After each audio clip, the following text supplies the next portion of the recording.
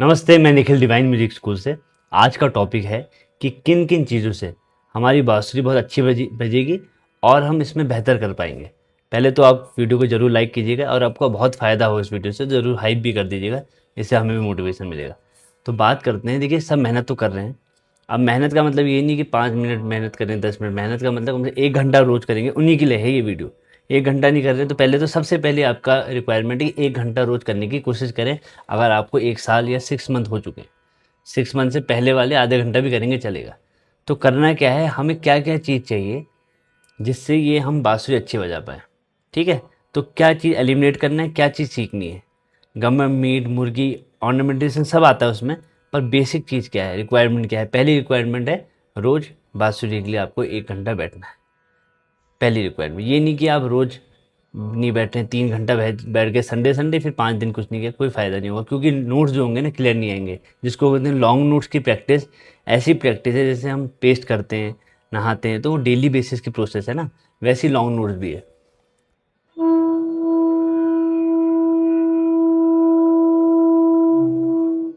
With tanpura, use of tanpura. Tanpura समझ में नहीं आता, बहुत लोग कहते हैं, जब तक सुनोगे ही नहीं आदत नहीं बनेगी। सा पा पा सा ये चलता रहता है।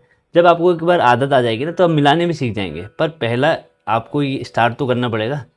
तो तानपुरे के साथ स्टार्ट करने लग जाइए, जब भी आप लॉन्ग नोट्स करें तभी वो समझ में आता है, और मैच करने की कोशिश करो और मन में वो सर जरूर बोलना।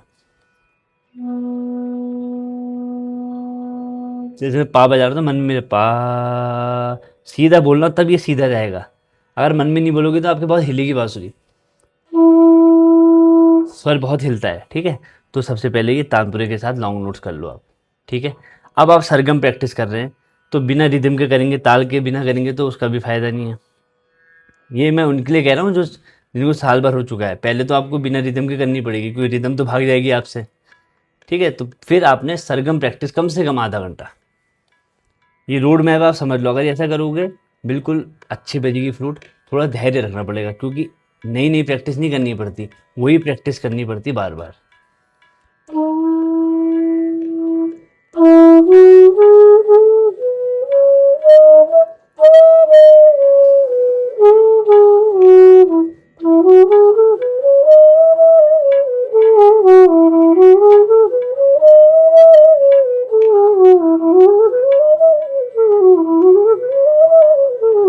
हल्के हल्के आप क्या कहते हैं, इसकी स्पीड बढ़ाएंगे।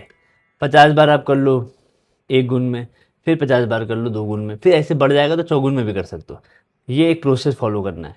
फिर आप क्या करेंगे, जैसे आपने ये सब कर लिया, आपकी हिसिंग साउंड अपना आप कम हो जाएगी। और बहुत ज़्यादा स्पीड में करेंगे और 2 गुण नहीं आ रहा, आप स्पीड करे जा रहे हो, नहीं, एक ही गुण में अच्छा करो। फिर आपको ऑर्नामेंटेशंस की सबसे इंपॉर्टेंट है अलाप। आपने क्या किया, पलटे तो करे आपने, कोई आपके मन का पलटा कर लो, फिर आप अलाप करो तानपुरे में लगा के, स्वर को आराम आराम से बजाओ। ठीक है, उसमें मीट भी आ जाएगी। उसमें ऑर्नामेंटेशन यूज़ करने हैं। अगर गमक आती तो गमक का कर लो, मीट आती तो मीट का कर लो। जैसे हमें कर रहे हैं नी धा नी रे गा रे, ये फ्रेज है ना, आराम से बजे।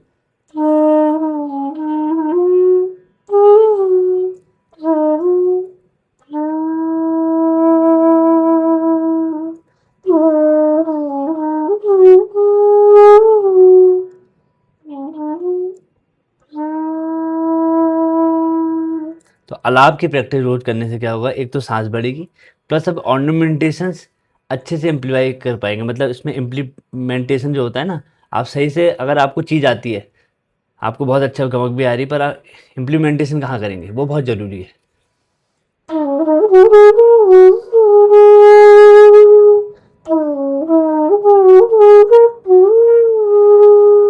और बेस्ट वे है चीज़ों को सुधारने का स्लो प्रैक्टिस, ना कि फास्ट प्रैक्टिस। अगर इस फेज को मुझे करना है, गमक में बजाना है,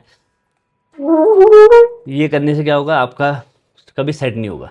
क्योंकि सही जगह सही फूक और फिंगर का कोऑर्डिनेशन होगा, ये फिर तेज बाद में अपना आप बच जाएगा, पर पहले इसको स्लो प्रैक्टिस करनी है।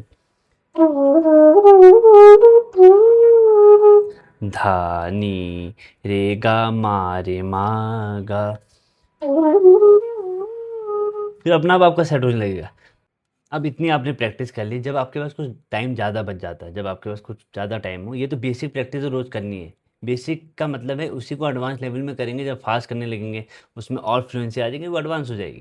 कोई अलग प्रैक्टिस नहीं है एडवांस के लिए, यही प्रैक्टिस में आपकी फ्लुएंसी बढ़ेगी तो उसको एडवांस कहा जाता है, ठीक है। अब आप क्या करेंगे, जब आपका टाइम हो जाता है तो ज़रूर कोई मेलेडी ट्राई करो, या भजन कर लो, या इंग्लिश सॉन्ग्स कर लो, राग कर लो, आपकी मर्जी है। फिर इसमें इम्प्रोवाइजेशन करना है खुद से आपको। जैसे मैं आपको भजन का एग्जाम्पल दे देता हूँ।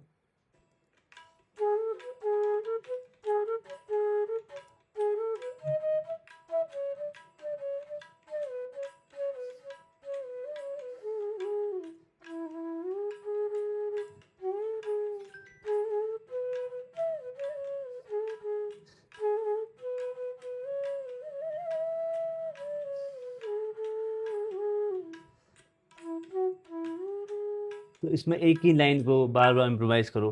पहले गाना आप सीख लो, कोई आपका मन का गाना वो बिल्कुल रट लो। उसके बाद इम्प्रोवाइजेशन वो आपकी नेक्स्ट जर्नी है। पर पहले बिना आपके नोटेशन को देख देख के नहीं करना है, नहीं तो अटक जाओगे। तो ये एक तरीका है करने का, है ना। फॉर्मेट ये रहेगा, ज़्यादा प्रैक्टिस कर लोगे तो और अच्छा हो जाएगा, है ना, उसको और अच्छी फिंगर्स हो जाएंगी। तो पैटर्न ये समझ लो कि बहुत सारी चीज़ें नहीं करनी है, एक चीज़ को ज़्यादा बार करना है। ये रोड मैप आप समझ लो, सभी म्यूजिक वालों के लिए फ़ायदेमंद है। ऐसा नहीं कि हर बार नई चीज़ करें। आज हम कोमल स्वर सीख रहे हैं, तो अगले दिन हमने कोई कोमल स्वर सीख रहे हैं, तो 6 महीने दो उसको, जब तक आपके शुद्ध सही नहीं कोमल में मत जाओ।